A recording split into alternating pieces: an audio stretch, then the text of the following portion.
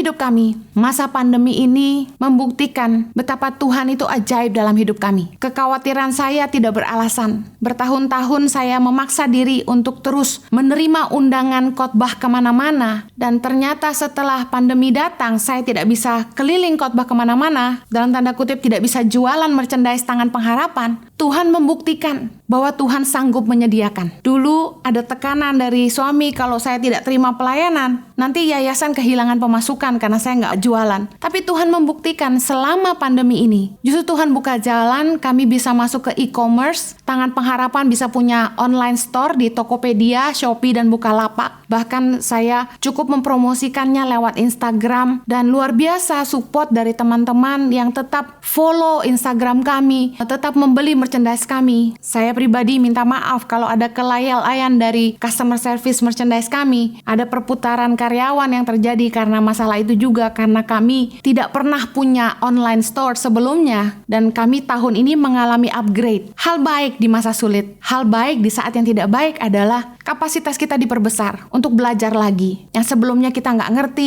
e-commerce, kita nggak ngerti digital marketing, kita nggak tahu bagaimananya berjualan online, kita belajar lagi dan kita mulai improve, mulai membangun hidup kita ke arah yang lebih baik. Saya percaya di masa-masa ini justru Tuhan lagi ngajarin kita untuk mempersiapkan diri untuk menghadapi masa-masa yang akan datang. Tuhan itu membuktikan bahwa bukan kuat dan gagah kita, tapi sungguh-sungguh karena rohnya. Dia Jehovah Jireh, Tuhan yang menyediakan. Saya ingin mengajak kita semua menutup tahun ini. Marilah kita tutup dengan satu pelajaran penting, bahwa kita harus terus hidup mengandalkan Tuhan. Kalau Anda ingin hidupmu diberkati, memasuki tahun 2021, mari pegang firman Tuhan. Yeremia 17 ayat yang ke-7 berkata begini, "Diberkatilah orang yang mengandalkan Tuhan, yang menaruh harapannya pada Tuhan. Ia akan seperti pohon yang ditanam di tepi air, yang merambatkan akar-akarnya ke tepi batang air, dan yang tidak mengalami datangnya panas terik, yang daunnya tetap hijau, yang tidak khawatir dalam tahun kering,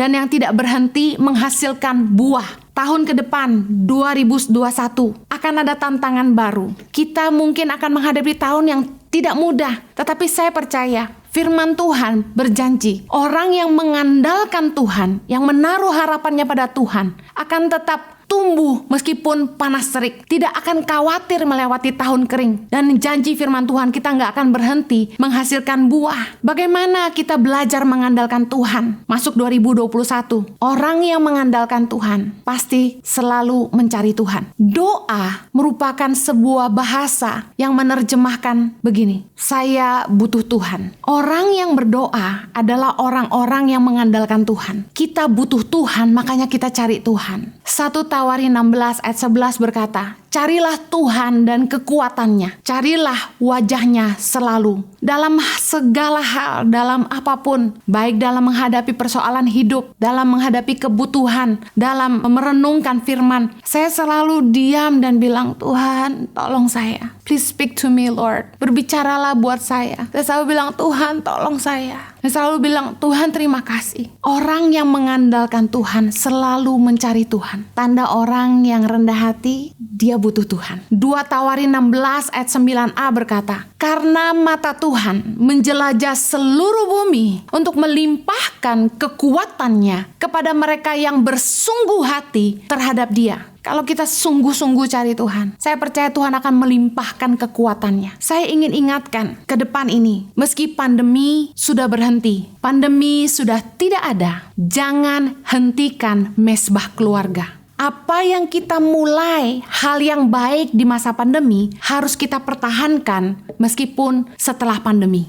Jangan pernah berhenti mengajak keluarga kita untuk mencari Tuhan. Justru kita harus mengajarkan kepada anak-anak kita betapa kita butuh Tuhan dalam hidup kita. Jangan lupa waktu berkualitas bersama dengan keluarga. Nanti kalau sudah mulai normal kembali, sudah kembali bekerja, ayo tetap balance hidup kita. Jangan sampai kerja, kita lupa keluarga. Pertahankan hal baik yang kita pelajari di masa yang tidak baik. Jangan serakah. Tuhan membuktikan berkat Tuhan disediakan bagi mereka yang mengasihi Dia. Selama masa pandemi, bukankah Tuhan pelihara kita? Kita tidak kelaparan, kita tidak kesusahan. Tuhan menolong kita dan menyediakan segala yang kita butuhkan. Padahal kita kerja tidak sekeras biasanya. Ayo belajar, jangan lagi serakah. Berkat Tuhan disediakan bagi orang-orang yang mengasihi Dia.